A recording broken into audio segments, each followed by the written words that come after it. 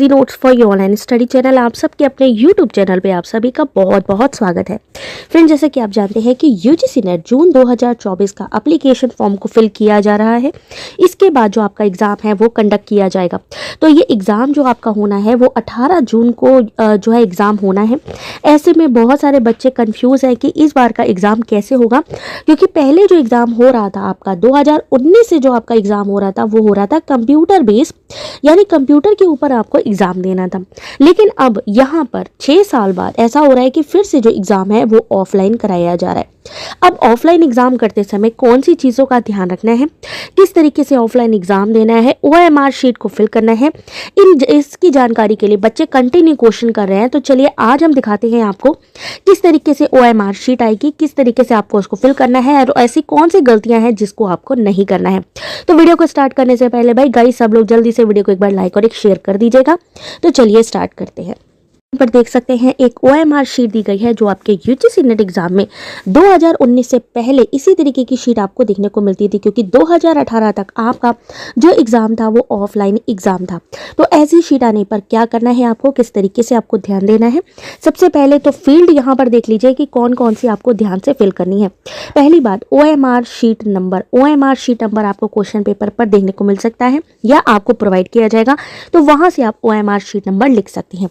उसके बाद अपना नेम याद रखिए, यहाँ पर जो भी इंफॉर्मेशन आप फिल करेंगे वो कैपिटल लेटर में होनी चाहिए। आप ऐसा नहीं है कि शॉर्ट में भरें, आप कैपिटल लेटर में ही इसको फिल करें। Name of candidate, subject for examination, मान लीजिए आपने इकोनॉमिक सब्जेक्ट लिया है तो वो भी आपको कैपिटल लेटर में यहाँ पर फिल करना होगा। पेपर 1 टेस्ट बुकलेट कोड, यानी कि जब आपको क्वेश्चन पेपर मिलेगा तो वहाँ पे आपको पता चलेगा कि आपको कौन सी सीरीज का बुकलेट मिला है। अगर आपको Z मिला है तो Z पे आपको क्या करना है, इसको पूरा फिल करना है। याद रखिए ये जो आपके सर्कल है इसको कम्प्लीटली फिल करना है। जैसे अगर मैंने यहाँ पे अधूरा फिल किया है, अगर मैं ऐसा करूँगी तो ये वहाँ पे काउंटेबल नहीं होगा। तो जो भी हो उसको आपको कंप्लीट पूरा फिल करना है। और याद रखिए इसको दोबारा आप चेंज नहीं कर सकते, क्योंकि बॉल पॉइंट पेन आपको वहां ले जाना होगा। उसके अलावा अपीयर फॉर, अभी 3 कैटेगरी हो गई हैं। तो अगर आपने जैसे एप्लीकेशन फॉर्म फिल करते समय JRF के लिए कैपेबल होंगे तो आपने JRF का फॉर्म फिल किया होगा।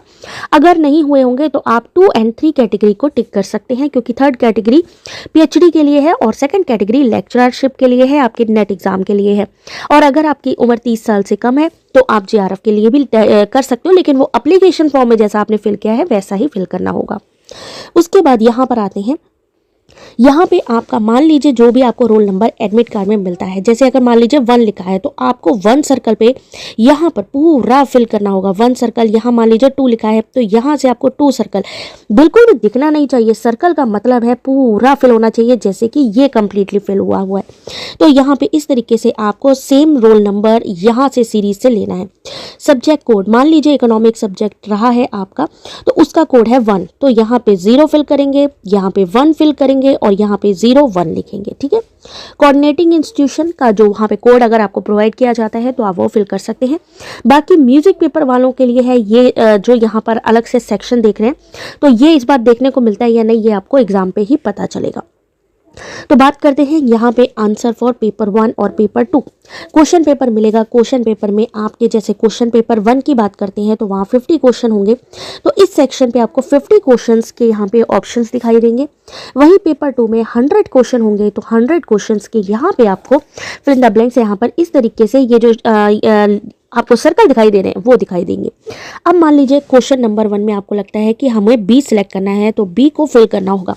याद रखिए सर्कल कंप्लीटली फिल होने चाहिए। वहाँ पे अगर एक बार आपने यहाँ पर ऑफलाइन एग्जाम में सबसे बड़ी गलतियाँ यही चीज़ हो जाती है कि अगर हमने किसी एक ऑप्शन को भी पहले टिक कर दिया है तो दोबारा हम उसको इरेज नहीं कर सकते हैं, दोबारा उस ऑप्शन को चेंज नहीं कर सकते हैं।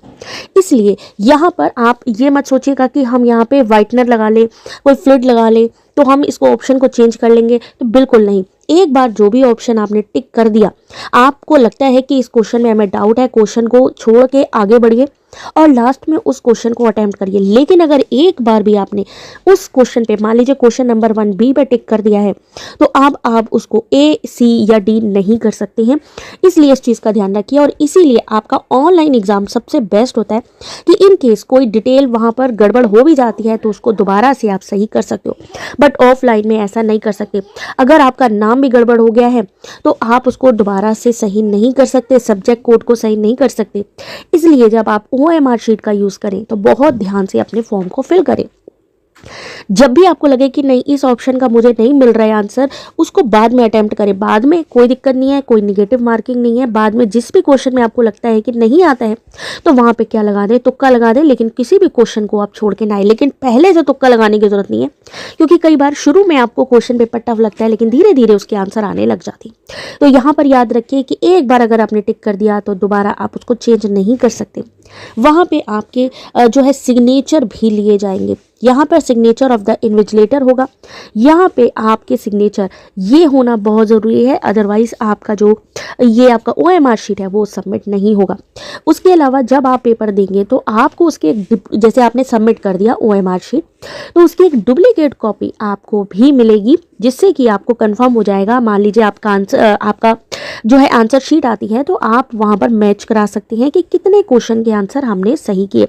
आंसर की में यही आपकी शीट जो है बहुत काम आएगी। और रिजल्ट भी जल्दी आ जाएगा, क्योंकि इन्होंने बोला है कि 3 हफ्तों के बीच में आ जाएगा। तो जून में आपका एग्जाम हो रहा है तो जुलाई में आपका जो रिजल्ट है वो देखने को मिल जाएगा। और उससे पहले जो आंसर की आएगी काफ़ी हद तक आपको यहाँ पे क्लैरिटी मिल जाएगी कि कितने क्वेश्चन को हमने सही किया है। बाकी इंस्ट्रक्शंस है जिन्हें आपको पढ़ना चाहिए। जैसा कि मैंने कहा कि नाम वगैरह जो है, रोल नंबर है, कैपिटल लेटर में फिल करिए। सब्जेक्ट कोड याद रखिए, एक अपने अपने सब्जेक्ट का, मान लीजिए संस्कृत है तो संस्कृत का कोड कितना है उसको ध्यान रखिए। सब्जेक्ट का कोड ब्लू या ब्लैक बॉल पॉइंट पेन ही ले जाना है आपको।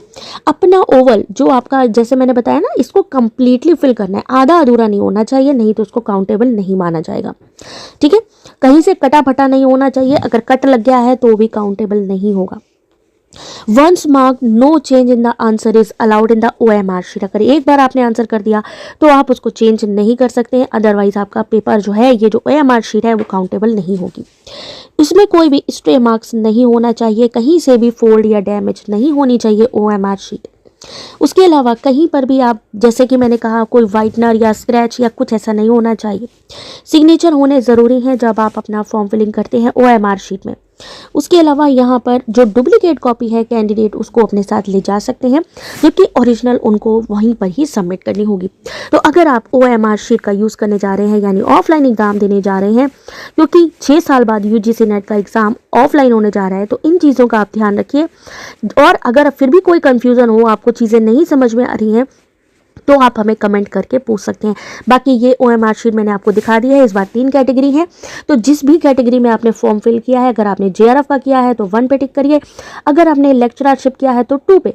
जो भी ओवल है, ओवल का मतलब ये जो सर्कल है, इसको कंप्लीटली आपको फिल करना है, चाहे किसी भी कैटेगरी के हो, क्योंकि वही रीड करेगा आपका OMR। तो लेक्चररशिप अगर आपने जो है, अगर आपने JRF लेक्चररशिप दोनों के लिए किया है, तीसरी कैटेगरी भी आ गई है PhD के लिए, तो उसके लिए भी एक अलग से ओवल आपको देखने को मिलेगा, तो उसको भी फिल कर सकते हैं। अगर आपकी एज JRF की होगी तो आप JRF, अदरवाइज JRF को छोड़ दीजिएगा। बाकी लेक्चररशिप और PhD के लिए आप एलिजिबल होंगे। तो ये रही आपकी OMR शीट से जुड़ी हुई इंपॉर्टेंट अपडेट। बाकी की अपडेट्स के लिए मिलते हैं नेक्स्ट वीडियो में। Thanks for watching. इन्फॉर्मेशन अच्छी लगी हो भाई, वीडियो को जल्दी से लाइक शेयर जरूर करिएगा।